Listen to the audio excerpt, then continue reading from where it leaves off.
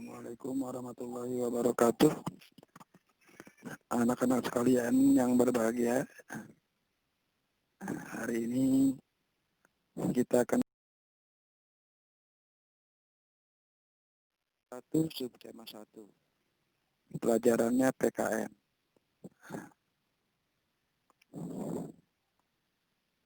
Pertemuan kali ini kita akan membahas tentang perilaku-perilaku yang sesuai dengan pengamalan sila-sila Pancasila yang di rumah. Ini perilaku apa yang bisa kita lakukan di rumah yang sesuai dengan pengamalan Pancasila. Yang pertama, melaksanakan ibadah tepat waktu. Ya. Kita sebagai muslim harus dan wajib melaksanakan ibadah salat 5 waktu misalkan. Melaksanakan ibadah tepat waktu seperti sholat 5 waktu, puasa di bulan Ramadan, ini adalah merupakan pengamalan Pancasila juga. Ya. Jadi ini termasuk pengamalan Pancasila sila pertama. Jadi selain kita mengamalkan amalan Islami, rukun iman dan rukun Islam, melaksanakan ibadah juga termasuk pengamalan Pancasila. Sebab pada sila pertama dikatakan ketuhanan yang Maha Esa. Ya. Negara sendiri mengakui bahwa Tuhan itu Esa satu, yaitu sesuai dengan agama Islam yang hanya menganut satu Tuhan, yaitu Allah Subhanahu wa Ta'ala. Yang kedua, saling menghormati.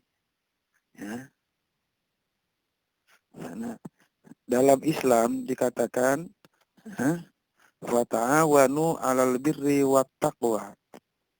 Dan saling tolong-menolonglah kalian dalam perbuatan baik dan perbuatan yang membuat kita menjadi orang-orang yang bertakwa. Ya. Sejalan dengan Pancasila, ya. Dengan kita saling menghormati orang lain, tidak menghina orang lain, ya. Nah, itu merupakan pengamalan Pancasila, ya, yang bisa kita lakukan di rumah. Dan itu sesuai dengan ajaran kita sebagai umat muslim. Yang ketiga, contoh yang ketiga, perbuatan yang dapat kita lakukan di rumah yang sesuai dengan Pancasila adalah mendengarkan nasihat orang tua. Kedudukan orang tua dalam Islam sangat mulia. Begitupun di negara Indonesia. Makanya kita sebagai siswa atau siswi harus selalu mendengarkan nasihat orang tua. Mendengarkan nasihat orang tua ini juga merupakan pengamalan Pancasila. Ya. Yang berikutnya, contoh yang keempat, menyayangi adik atau kakak. Menyayangi adik dan kakak ini sangat dianjurkan dan sangat diperintahkan oleh Allah Subhanahu wa Ta'ala dalam ajaran Islam dan juga sesuai dengan Pancasila.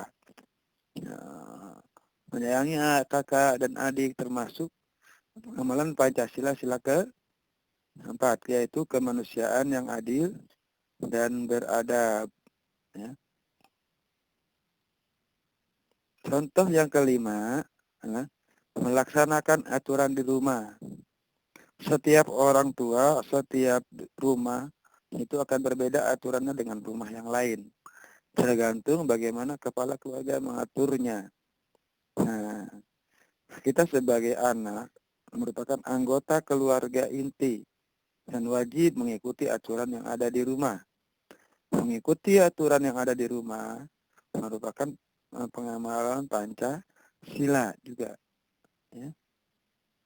Contoh lain, ikut gotong royong membersihkan rumah. Nah, kita sering misalkan di rumah ada bersih-bersih rumah seluruh anggota keluarga, maka semua anggota keluarga baik itu ayah, ibu ataupun anak sebagai anggota dan mereka ini semua disebut keluarga inti harus ikut gotong royong membersihkan rumah. Nah, ini juga contoh dari pengamalan Pancasila, ya. Perbuatan yang positif yang dilakukan di rumah yang sesuai dengan Pancasila dan juga sesuai dengan norma agama atau aturan-aturan dari agama sebagai muslim, ya. Nah, masih banyak lagi contoh-contoh yang lain ya, tentang perilaku kita, tentang tingkah laku kita yang dapat disesuaikan ya, dan yang sesuai dengan Pancasila. Saya harapkan kalian semua hafal Pancasila dari 1 sampai 5 beserta lambangnya, ya. Berikutnya kita akan masuk ke pelajaran PKN. Maaf, kita akan masuk ke pelajaran SBDP, ya. Seni budaya dan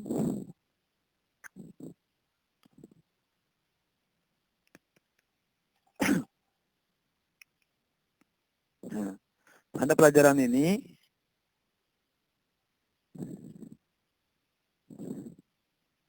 kita akan mengenal yang namanya gambar cerita.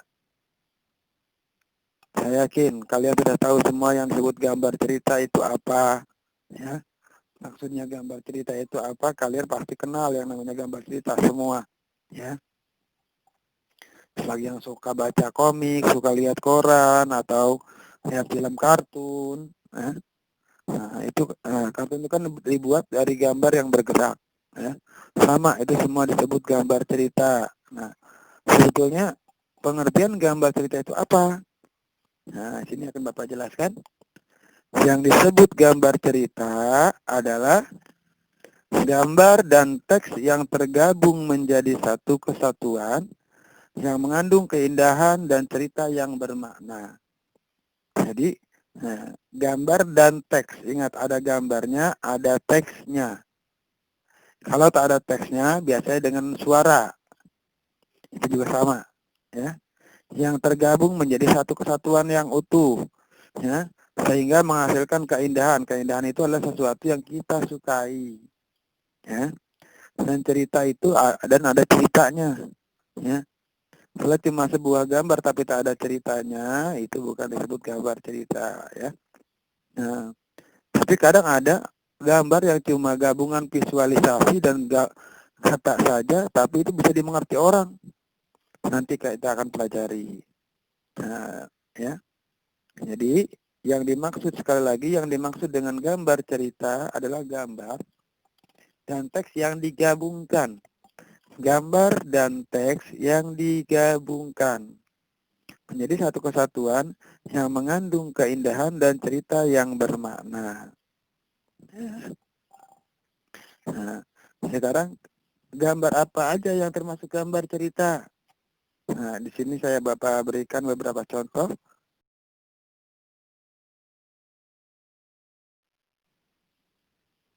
Nah, yang pertama, kalau lihat kalian gambar ini, apa yang kalian lihat? Ya, ini adalah sebuah komik, ya.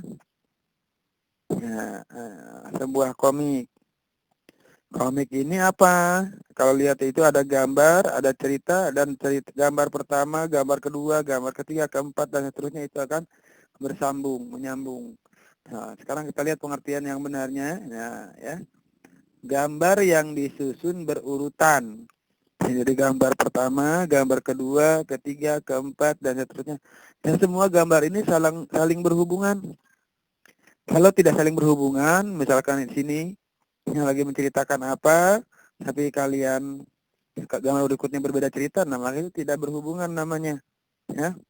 Gambarnya, berarti komiknya terputus, sehingga susah untuk dimengerti.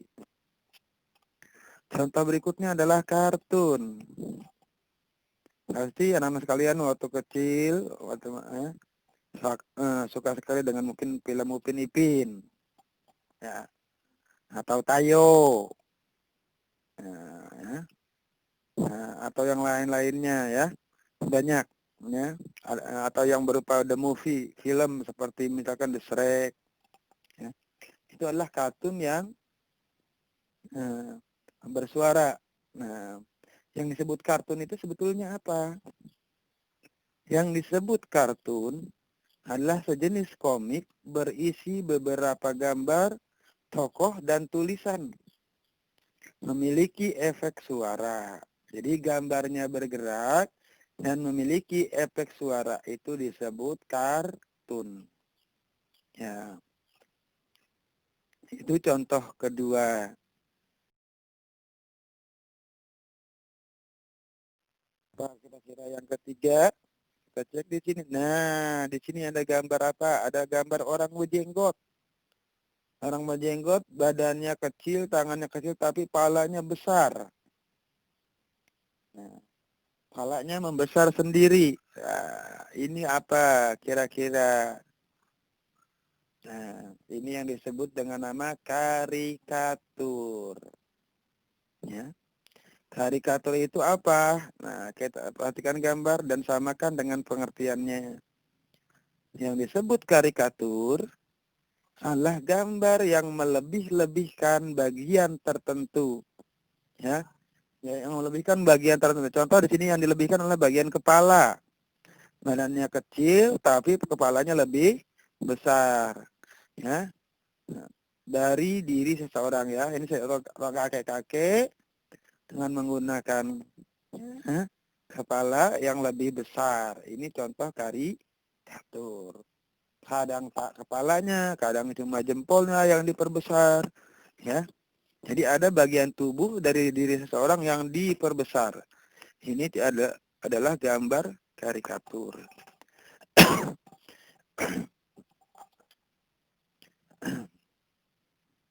Contoh berikutnya ada ini, ada gambar apa ini? Ya, ada gambar orang yang tertimpa dengan benda keras dan ada tulisan malas. Nah, ya. Nah, dan ada mimik sedih, ya. Ya, ini apa? Gambar seperti ini gambar apa disebutnya? Ada kata malas, ada orang yang bermimik sedih sedang tertimpa benda yang berat. Nah, ini apa? Ini yang disebut dengan gambar ilustrasi. Gambar ilustrasi itu apa? Nah, kita lihat pengertiannya.